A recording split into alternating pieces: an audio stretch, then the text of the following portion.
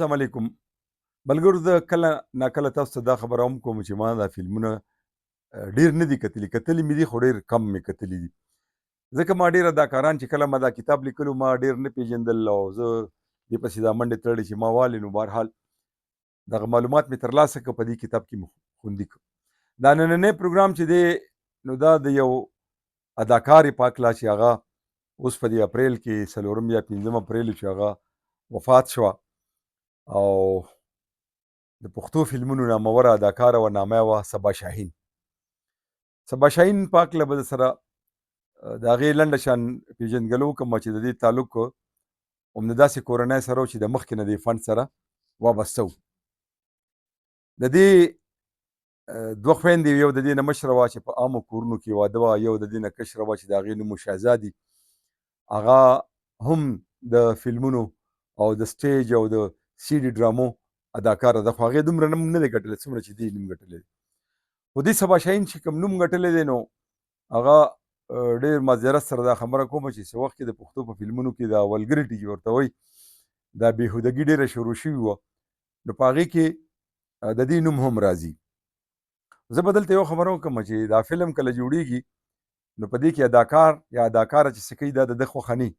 دا د فلم ساز ډیمانډ وي او دا د هدایتکار خوښوي. بلکې یو وخت خو داسې راغی چې بغیر د بېهودګۍ نه به پښتو فلم چا کتو نه. دې فلمونو پښتانه په ټوله دنیا کې بدنام کړل او پښتانه وشرمول. بهرحال وایي دیر آید درست آید. دا صبا شاهین چې وه نو دې بس بیا د فلمونو نه دا زړه موړ شو. دا تعلیم یافته وه او الله پې داسې فضل وکړو چې دا لاړه یو مدرسه کې کېناسته او 15 کاله سبق ووي او هغه منه سند ترلاسه کړو. بیا دې خپله یو مدرسه جوړه کړه ځان له، چې په هغې کې به ماشومانو ته او زنانو ته سبقونه ښودل. کله چې دې فلم پرېښودو یا داسې اداکاره چې په هغې باندې د ولګر اداکارې لیبل لګېدلی وي او هغه بیا راځي او هغه د الله د وحدانیت هغه پیغام خوري په زنانو کې او ماشومانو ته سبقونه ښیي، یعنې هغه ازاله هغې د خپلو غلطو یو قسم له وکړه. بل د هغې واده یو داسې پښتون اداکار سره وشو چې د هغه نوم دی شانزیب خان. شانزیب خان فایټر انسټرکټر هم دی او په ډېرو فلمونو کې هیرو هم راغلی دی، ډېرې فلمونو کې کار کړی دی. تاسو باور ولرئ چې زه په سعودي کې عمرې له تللی وم او چې زه خبر شوم چې یاره صبا شاهین وفات شوي ده، ډېر زیات خفه شوم، ځکه چې ما ته د دې د ژوند دا دویم اړخ چې دی نو دا چا بیان کړی و چې هغې لکه د سنیتا خان اوس د تبلیغ لاره خپله کړې ده او مدرسه یې کلو کړې ده او په پرده کې ګرځي، نو دا ډېره لویه خبره ده. نو خصوصي دعاګانې موږ د هغې دپاره د الله په کور کې غوښتې په دې خاطر چې دغه کوم ګناهونه زموږ نه هم ډېر شوي دي او کېږي، الله دې موږ ته معافي وکړي، بیا دې دوی ته معافي وکړي. دا پته نه لګي چې خدای پاک به څوک بخي. نو ډېر زیات خفه شوم او ما سره چې په ګروپ کې کوم ملګري وو، یو د قرآن حافظ و، یو را سره یو عالم و د دې باړې، او موږ خصوصي طور د الله کور ته لاړو. هغوی ته ما وویل چې دغه شان یو داسې زنانه وفات شوې ده چې مخکې په فلمونو کې کار کولو او بیا فلمونه پرېښودل او د الله لارې ته ووته او مدرسه یې کوله او خلکو ته د دین زده کړه ورکوله، وړو ماشومانو ته د قرآن عظیم الشان زده کړه ورکوله. دا ډېره لویه خبره ده. ما چې په دې سلسله کې د شانزیب سره رابطه وکړه نو هغه په چغو چغو ژړل او دا خبره وکړه چې زما کورودانې چې دا نو دا ډېره نیکه ښځه وه، بلکې هغه دا وویل چې زما د اصلاح هغې ډېر کوشش کړی دی. 20 کاله پوره د شانزیب سره د هغې په رقابت کې تیر شو، یعنې ښځه او خاوند. خو دا زنانه چې کله فلم نه لاړه یا د ډرامو نه لاړه نو دې بیا کیمرې ته مخامخ کېدل چې کوم دی نو دا ډېره لویه ګناه ګڼله، او بلکې اکثر به یې دا وي چې په نادانۍ کې د مجبورۍ نه زما د لاسه کم کارونه شوي دي په هغې باندې ستومانه یم او په هغې باندې خپېمانه یم.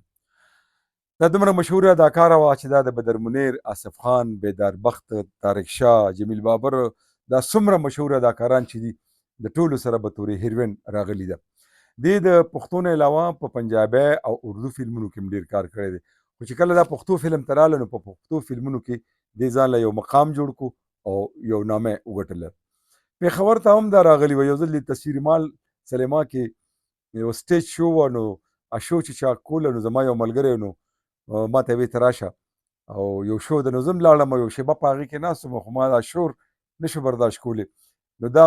ښځه چې ده نو ما په وړومبي ځل په دغه سینما کې په سټیج باندې لیدلې وه دا زنانه چې وي نو دې نه دا بعضې خلک د پیسو ګټلو مشینان جوړ کړي د هرې زنانه شاته د یو نارینه کردار وي د یو نارینه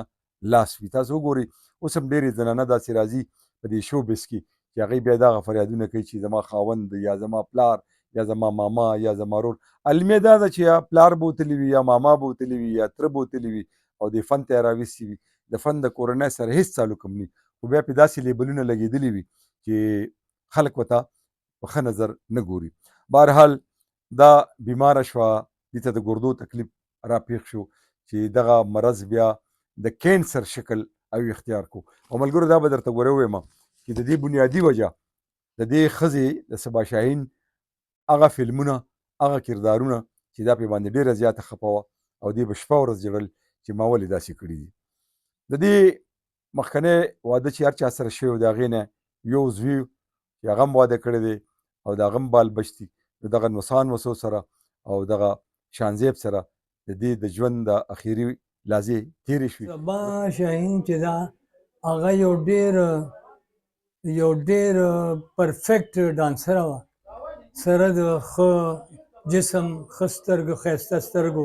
فوټوجینک د هغه مخ و او ډېر ښه اخلاق والا جنۍ وه لکه ما اورېدلي چې د دې تعلق چې دی ناچ ګانې والا خلکو سره دی خو د دې ناسته پاسه او خبرې کول چې دي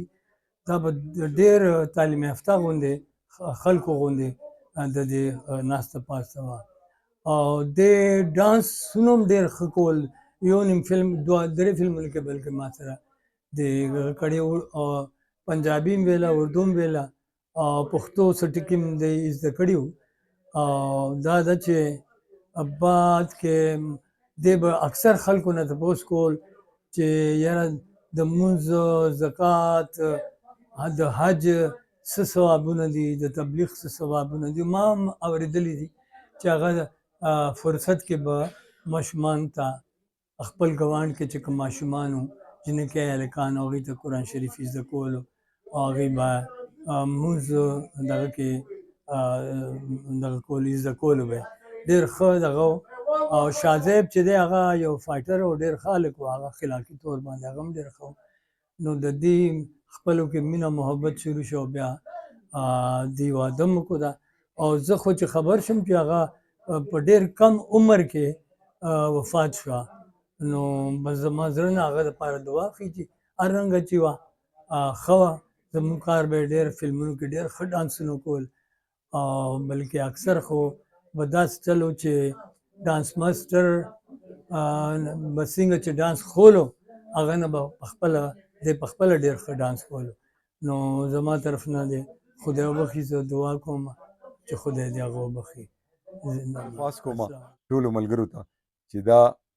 په خپلو دعاګانو کې یاد وساتئ که د دې نه کوم ګناهونه شوي د هغې د مغفرت دپاره به موږ هم دعاګانې غواړو الله دې ورته بښنه وکړي دا به بیا یو ځل ویم چې دا هېڅ پته نه لګي چې الله به څوک بخي نو چې یو بنده په غلط کار یا په هغه عمل باندې نادم شي خفه شي پښیمانه شي ستومانه شي چې د هغه د لاسه شوی وي او هغه کار نه وي نو په دې باندې الله پاک هم خفه کېږي دا ورڅخه خواست دی چې دا ویډیو وګورئ دې ته دعاګانې مو کوئ او ما ته ښه کمنټ وکړئ د دې ویډیو په جوړولو کې را سره اسامه زما بچی ملګری دی نو اجازه راکړئ تر بلې خپرونې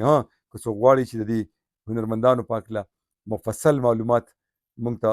حاصل شي دا کتاب دی پښتو فلمونه تاریخ